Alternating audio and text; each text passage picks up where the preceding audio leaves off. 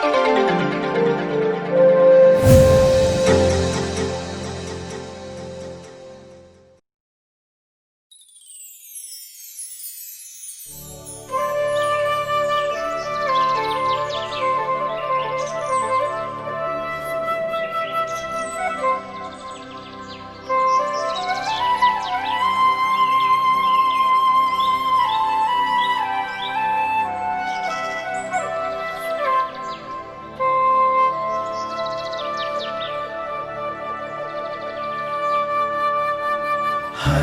घर में ईश वचन, सत्य वचन, जीवन वचन।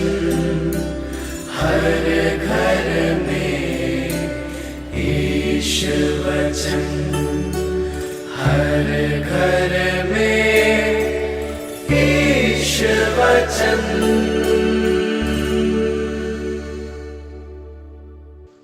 आज धन्य कुंवारी मरियम का निष्कलंक गर्भागमन का त्योहार है। संत लूकस के अनुसार पवित्र सुसमाचार अध्याय 1 पद संख्या 26 से 38। छठे महीने स्वर्गदूत गाब्रियल ईश्वर की ओर से गलीलिया के नाजरत नामक नगर में एक कुंवारे के पास भेजा गया, जिसकी मांगनी दाऊद के घराने के यूसुफ नामक पुरुष से हुई थी, और उस कुंवारी का नाम था मरियम। स्वर्गदूत ने उसके यहाँ अंदर आकर उससे कहा, प्रणाम प्रभु की कृपा पात्री, प्रभु आपके साथ है। वह इन शब्दों से घबरा गई और मन में सोचती रही कि इस प्रणाम का अभिप्राय क्या है। तब स्वर्गदूत ने उससे कहा, मरियम डरिए नहीं, आपको ईश्वर की कृपा प्राप्त है। देखिए, आप गर्भवती होंगी, पुत्र प्रसव करेंगी और उसका नाम ईसा रखेंगी। वे महान होंगे और सर्वोच्च प्रभु के पुत्र कहलाएंगे। प्रभु ईश्वर उन्हें उनके पिता दाऊद का सिंहासन प्रदान करेगा। वे याकूब के घराने पर सदा सर्वदा राज्य करेंगे और उनके राज्य का अंत नहीं होगा। पर मरियम ने स्वर्गदूत से कहा, यह कैसे हो सकता है? मेरा तो पुरुष से संसर्ग नहीं है। स्वर्गदूत ने उत्तर दिया, पवित्र आत्मा आप पर उतरेगा और सर्वोच्च प्रभु की शक्ति की छाया आप पर पड़ेगी। इसलिए जो आपसे उत्पन्न होंगे वे पवित्र होंगे और ईश्वर के पुत्र कहलाएंगे। देखिए, बुढ़ापे में आपकी कुटुंबिनी एलिजाबेथ के भी बेटा होने वाला है। अब उसका जो बांझ कहलाती थी, छठा महीना हो रहा है, क्योंकि ईश्वर के लिए कुछ भी असंभव नहीं है। मरियम ने कहा, देखिए, मैं प्रभु की दासी हूँ, आपका कथन मुझ में पूरा हो जाए। और स्वर्गदूत उसके पास से चला गया।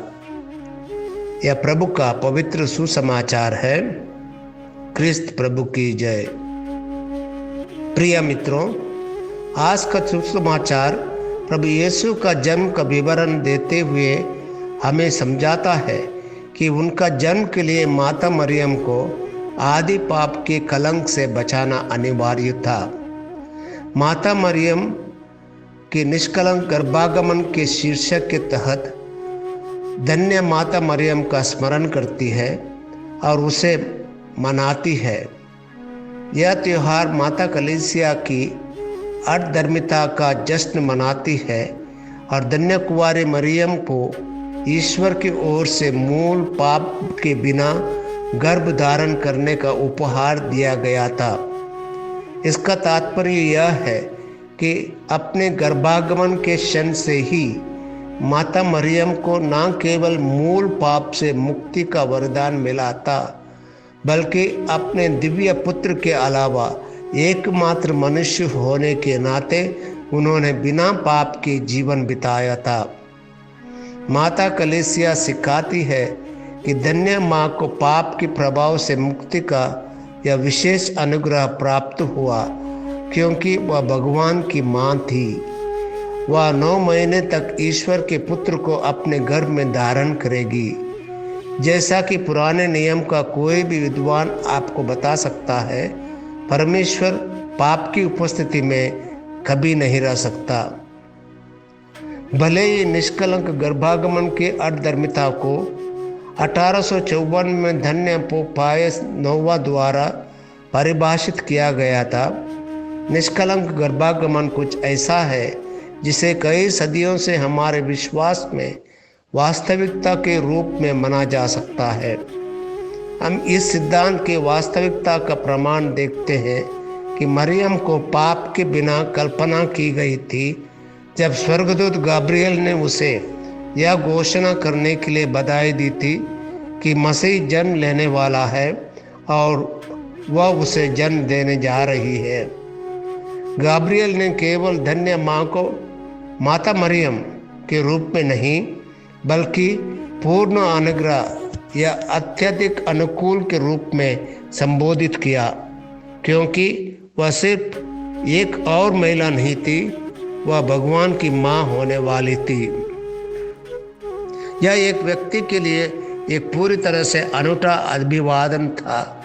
धन्य माँ जो लुमेन जेनसियम 56 पैराग्राफ के शब्दों में पूरी तरह से अद्वितीय पवित्रता से भरी हुई थी।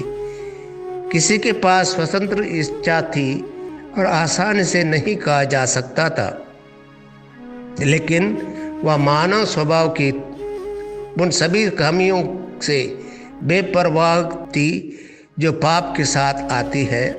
इसलिए माता मरियम खुद को पूरी तरह से ईश्वर की इच्छा पर साक्ष्य देने में सक्षम थी, पूरी तरह से मुक्ति की योजना के साथ सहयोग करने में सक्षम थी। यह सच है कि वह हम सभी के लिए एक पवित्र उदाहरण निर्धारित करती है, क्योंकि हम सभी को अपने जीवन में साथ ही साथ कलीसिया के कार्य में मुक्ति की योजना के साथ सहयोग करने के लिए कहा जाता है। लेकिन भगवान के उपहार से माता मरियम उसके योजना के क्षण से पूरी तरह से सहयोग करने के लिए सक्षम थी। कलीसिया हमें धन्य माता मरियम के बारे में सिखाती है कि माता मरियम हर तरह से ईश्वरीय है। माता कलीसिया सिखाती है कि मूल पाप के बिना गर्भ धारण किए जाने का उपहार उन्हें इस तथ्य के साथ कर दिया गया था कि वह ईश्वर की माँ थी।